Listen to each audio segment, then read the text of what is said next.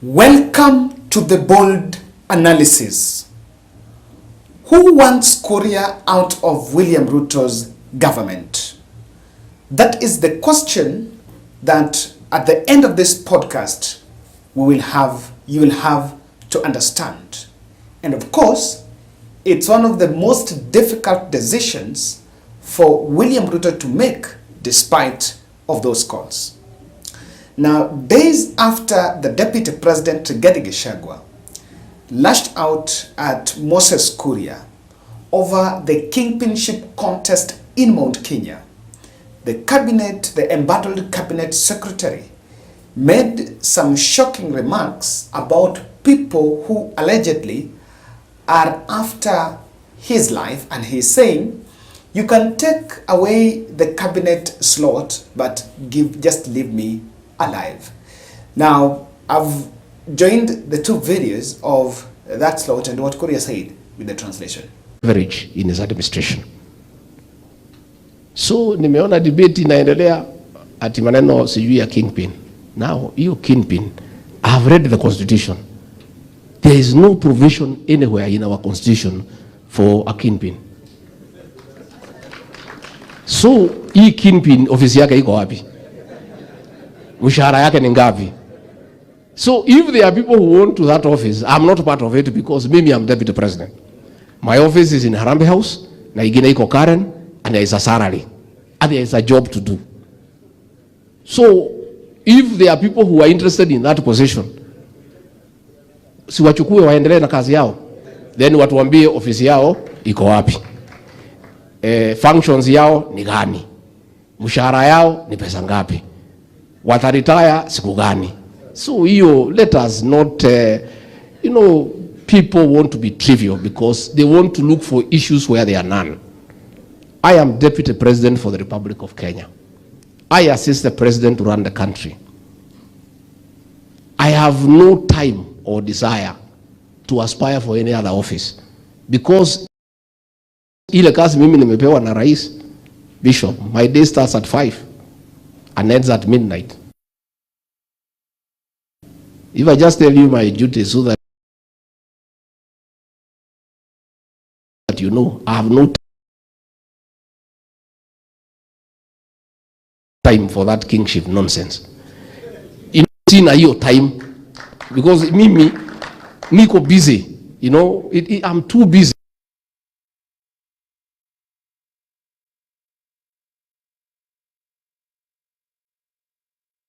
Mtu ya kuitwa kuja kibia hapa. Fanya, niko hapo. I chair cabinet committees on behalf of the president. Every week, I have a meeting for 7 hours with the cabinet. Wanakuja, tunapanga kila kitu, tunapelekea rais. I also coordinate the implementation of those decisions. Kufuatilia ile maneno yote cabinet imepitisha, mimi nafuatilia. Kutoka hapo, I am also the chairman of the National Emergency Response Team. Siku ya kiangazi yote, hiyo ni kazi yangu kuhakikisha hakuna Mkenya amekufa. Leo sijalala, simu imelia the whole night, mambo ya El Nino. Hiyo ni kazi yangu. Watu wamefigiwa na maji wajia, mimi na kina magana magimono. Tuli maana na tawira makala hiki urukiti. Na mara kanyewera wako matikagererie moyo. Na matikagerege. Kikoera. Moyo maudi mode. Noni matikagererie moyo. Kanodu ona ndishukura no kudina bere kutira dokewira. Kwa mara dine asante sana. Moyo kina magana magimono. Tuli maana na tawira makala hiki urukiti. Na mara kanyewera wako matikagererie moyo. Na matikagerege. Kikoera. Moyo maudi mode. Noni matikagererie moyo. Kanodu ona ndishukura no kudina bere kutira dokewira. Kwa mara dine asante sana.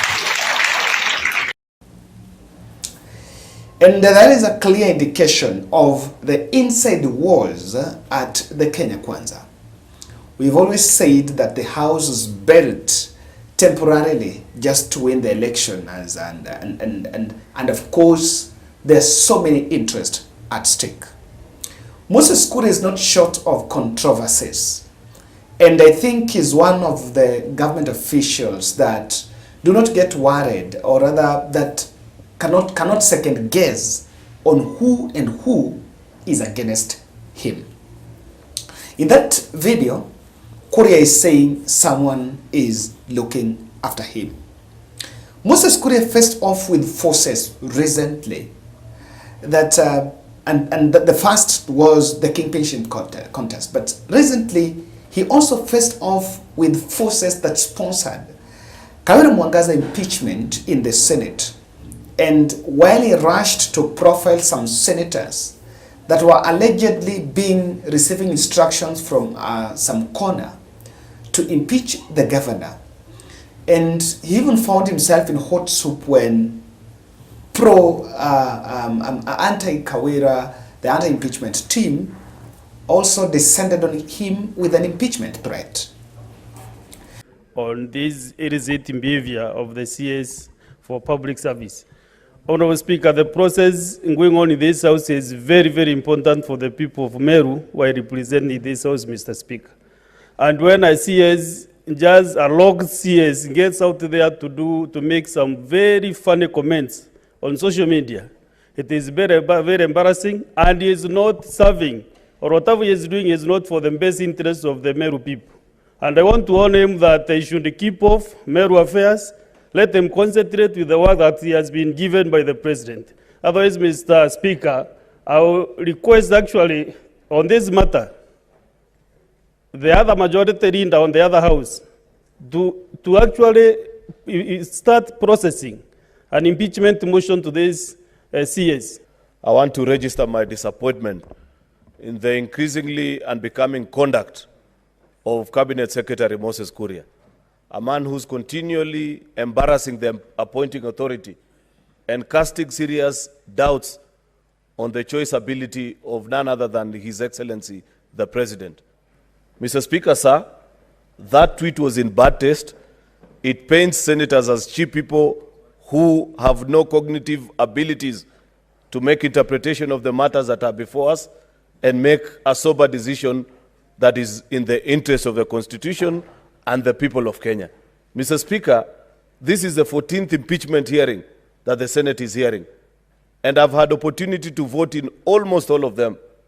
I take great exception in the conduct of Moses Kuria, in the tweet that he sent out, and the things that he said about this House and the colleagues that he's listed.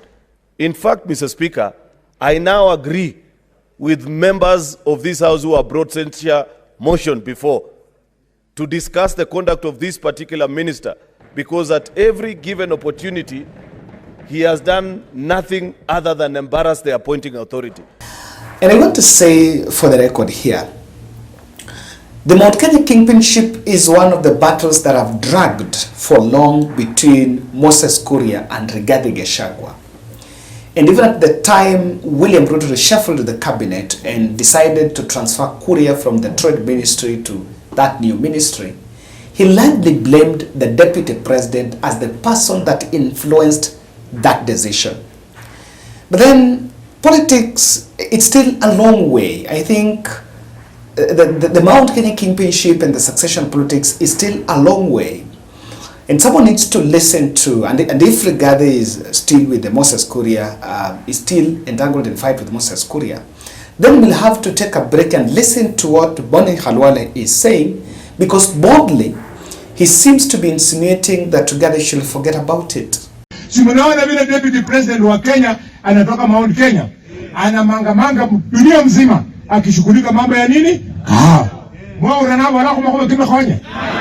Yes, tunataka vile deputy president ameamua apigania wakulima wake mambo ya kahawa, na mimi bullfighter, whether I'm deputy president or not, na mimi nitapigania mambo ya miwa. Yes. Kwanza huyo deputy president ameingia na kasumba kwa kichwa yake. And because he's a deputy president, yeye ndiye anapanga Ruto, sijui Malala, sijui Kawaya kule nini, sijui Omar Hassan Mombasa, atinenda ni kusukume Luyaland na wewe Ukambani ndio ufuruke senior politicians kwa hiyo area, ndio 2032 ikifika hawa senior wasinisuie mimi deputy president. Listen to me, whether you like it or not, in 2032 wakati uliona Uhuru akatoka na Ruto akaingia, safari Ruto anatoka na Muluya anafanya nini?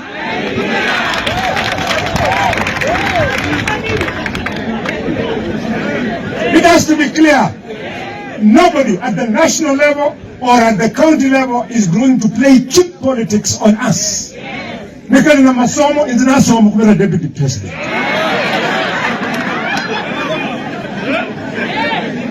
Nikali ni uzoefu wa siasa. Yenzi niko na experience of politics 4 times more than the deputy president. He must respect our community. We are not a small community. We are a community of 7 million people.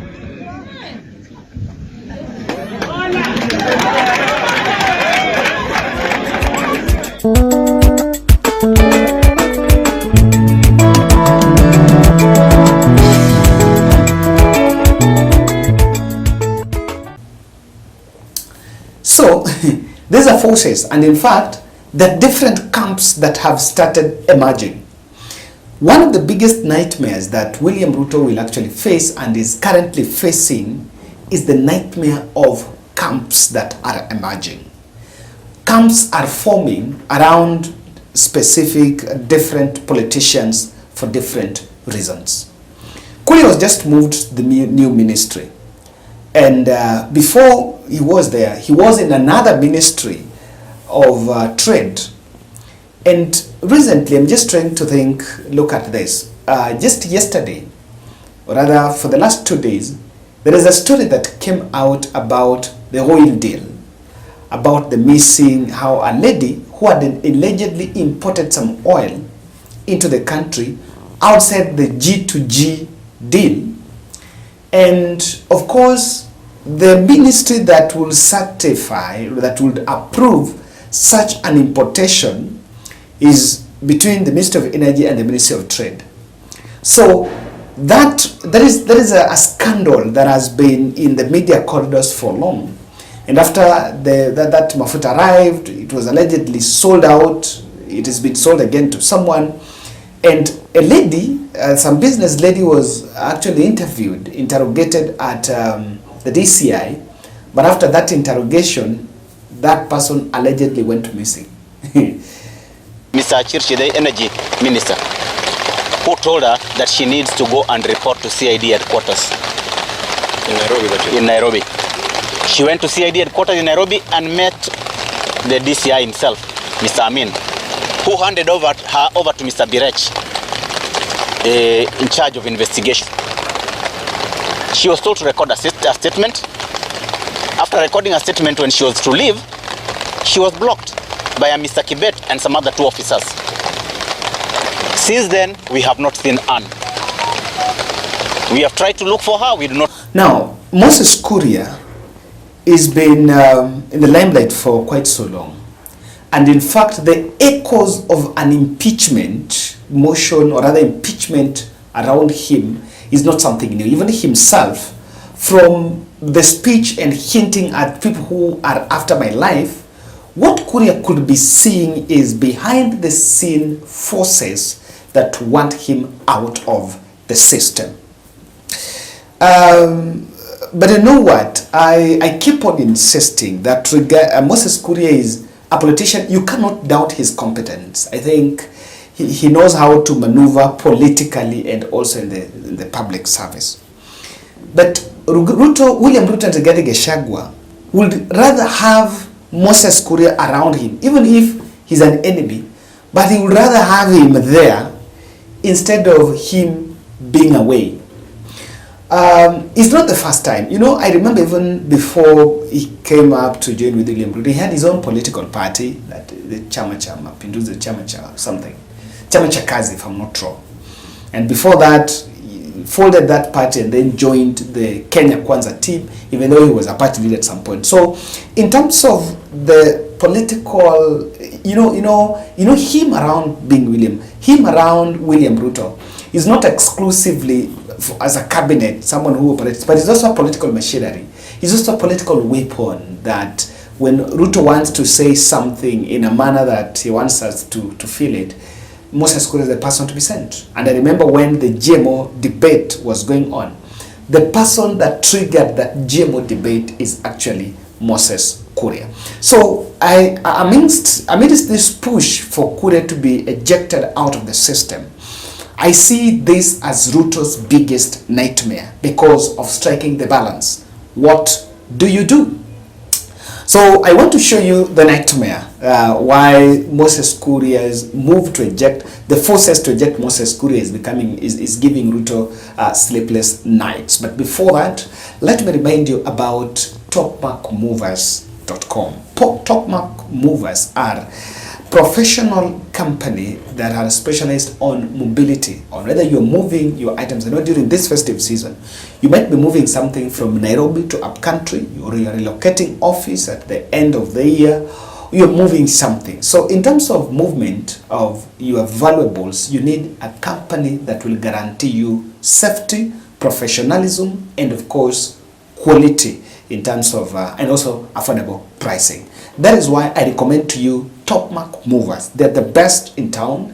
They're very professional, and you can check their website www.topmarkmovers.co.ke, and you can also contact them directly through this number 07 19 17 43 93. Topmark Movers, quality is everything. And we agreed, by the way, work with Topmark Movers because we agreed that as they get some jobs, they can also absorb some of the members of this channel that have been reaching out asking for jobs. So sometimes namwambia give kijana job. Now, I need to get to explain this. And this is my point in the fold 3.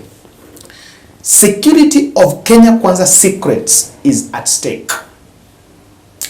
There are those we call state secrets. State secrets are the deals, the behind the deals of the big boys.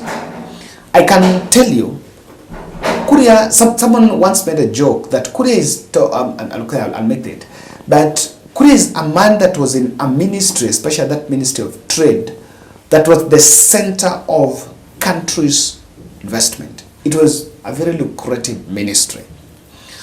And I do believe he's also a member of the cabinet. I do honestly believe that he's endowed with the state secrets. Quite a lot that he knows. And William Ruto knows very well that Kuria, unlike a cabinet secretary, like, let's take, for example, Rebecca Miano. She's not a politician. Even Malonza, those are not a politician. Moses Kuria is a politician. And if you eject him from government, the next day, he will be in Capitol Hill having a cup of tea with Raila Odinga. And part of what he will say is what Kenya Kwanza probably has been doing wrong. So you cannot wish that. And even without feeding the opposition, Moses Kuria will even post those things in social media and appears in these TV interviews. And he knows on how to drag controversies. So William Ruto knows very well that you need to strike a balance. How do you balance about ejecting Moses Kuria and exposing the government secrets, which is something that William Ruto will not even want to think about. William Ruto do not think of, he will always, the style of leadership will always want to, even if things are wrong, even things are bad, will always have to have them behind under the carpet. Number 2, Kuria has the potential to trigger Mount Kenya rebellion. He has that potential because, when he's in government, when he's still in cabinet, then they can have wars with Rigathi Gachagua. But when he's out of government, I don't think he will go out to go and pluck, to go and start hitting Rigathi Gachagua. In fact, he will face Kenya Kwanza head on. And there are quite a number of politicians that are emerging that have been now going against the grain. You see Maina Jenga emerging, even though I've seen him crossing over to William Ruto side again. You've seen a couple of politicians like Gathoni Mushomba, who are coming out bravely and telling Kenya Kwanza that this is wrong. So, you know, and he's a youth puller. You need to remember that. He's a man who has been a youth puller. Was a machinery even around Uhuru Kenyatta before they fell out. So he sees that as if he's ejected out, he can also raid the Kenya Kwanza Mojo in Mount Kenya. Number 3, will this be a narrative? The breakaway can also bolster the opposition. Remember, there was a campaign narrative that was really amplified, and that was a narrative that Raila Odinga and the Azimio team had betrayed a number of some politicians. Now, even in Kenya Kwanza, there are some people like Amason Kingi who got those positions because they didn't bring much into the table. But because we had a power sharing deal where Amason Kingi was to become the speaker, William Ruto did not have any option. But if there was an option to betray people left, right and center, that's something that we realized. But of course, this is something that Ruto is seeing. How about if I remove Kuria, if Kuria is ejected out and teams up with the opposition? It's going to bolster the opposition because it will start exodus. You know, if he's the person that leaves or is ejected out and gets a direction and makes it strong, then that will be the way. He will actually trigger an exodus to the opposition camp. So ladies and gentlemen, that is my look into this, and I want to finish by saying thank you for all of us. Thank you for all of us. In fact, throughout the whole year, we've done a couple of charity events apart from just the political analysis, and this is a decision that I've never regretted, that we decided that we can do something. We successfully handed over the 5 wheelchairs on Sunday to the women, and that is the video. I want to leave you just to have a snippet of what happened.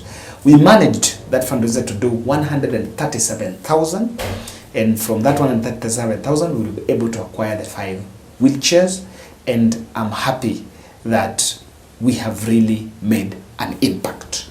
Asanteni sana, and may God bless you.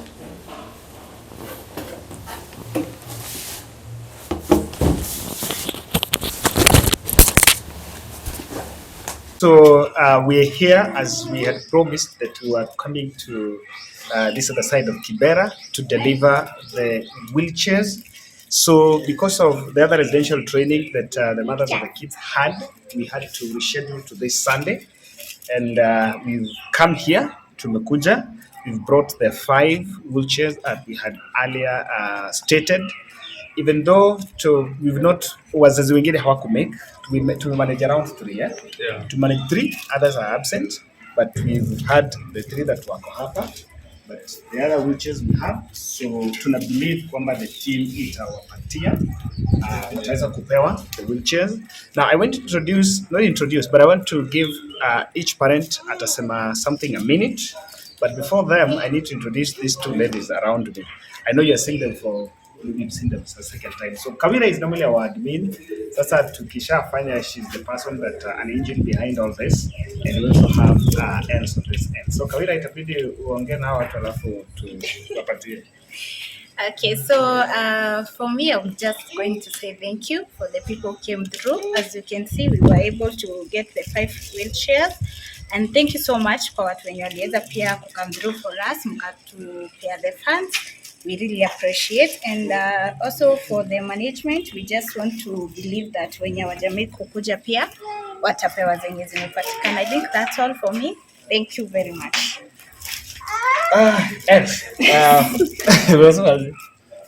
Mama Benja, I say something. Okay. Mimi nasema ni asante kwa hiyo organization yenu ambayo mmeamua mnasaidia watoto wenye wana disability. Pia nashukuru kwa hii wheelchair ambayo mmetusaidia nayo.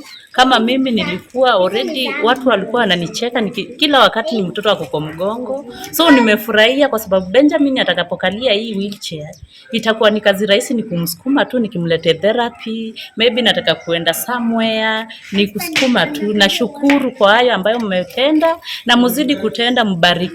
Mbarikiwe sana. Ni hayo tu, na mbarikiwe. Hata mimi naitwa Eva ama Njeri ama Mama Nancy. Nancy ndio huyu.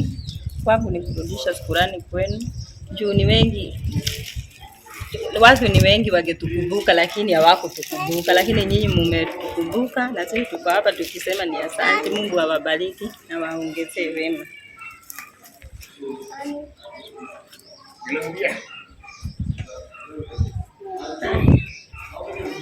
Na mimi naitwa Sara Kemto, Mama Gloria. Gloria ndio huyu already amekalia wheelchair.